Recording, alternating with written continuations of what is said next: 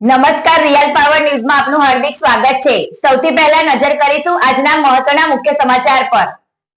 Padra senior citizen એસોસિએશનની વાર્ષિક સામાન્ય સભા અને જન્મોત્સવ તેમજ વિદ્યાર્થીઓનું સન્માન સમારંભ કાર્યક્રમ યોજાયો। પાદરા સિનિયર સિટીઝન એસોસિએશનની વાર્ષિક સામાન્ય સભા પાદરા ઉમિયાવાડી ખાતે યોજાઈ હતી। સાથે સાથે એસોસિએશન છેલ્લા 4માં એસોસિએશન સભ્યોના જન્મોત્સવની શુભકામનાઓ પાઠવવામાં આવી હતી અને શાલ ઓઢાડીને સન્માન કરવામાં આવ્યું હતું। સાથે અભ્યાસમાં ઉચ્ચ સ્તરે પરિણામ લાવતા વિદ્યાર્થીઓનો સન્માન સમારંભ યોજાયો હતો।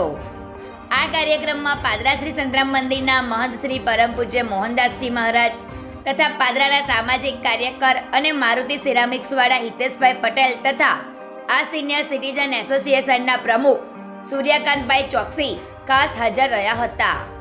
આવેલા મહાનુભાવોનું સ્વાગત કરવામાં આવ્યું હતું।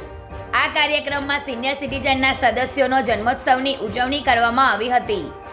આ વાર્ષિક કાર્યક્રમમાં સિનિયર સિટીઝન એસોસિએશનના અગ્રણીઓ તથા સભ્યો મોટી સંખ્યામાં ઉપસ્થિત રહ્યા હતા। પ્રકાશ પટેલનો report, real power news, Padra.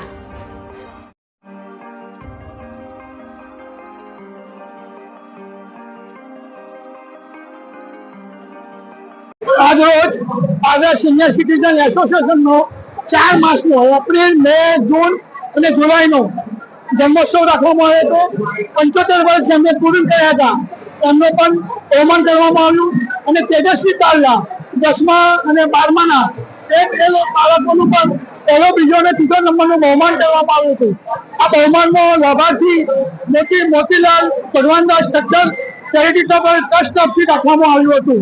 બધાનો સહકાર અને ભાવનાથી જે પ્રોગ્રામ રાખવામાં આવ્યો હતો એમાં લોકોને મેદની પણ પુષ્કળ હતી અને ઘણા એવા મોટા ભાગના બધા આવી ગયા હતા। વરસાદનું વિઘ્ન પણ નડ્યું ન હતું। ગુજરાતી સમાચારો ઘરે બેઠા નિહાળવા માટે રિયલ પાવર ન્યૂઝ ચેનલને લાઈક કરો, શેર કરો, સબસ્ક્રાઇબ કરો।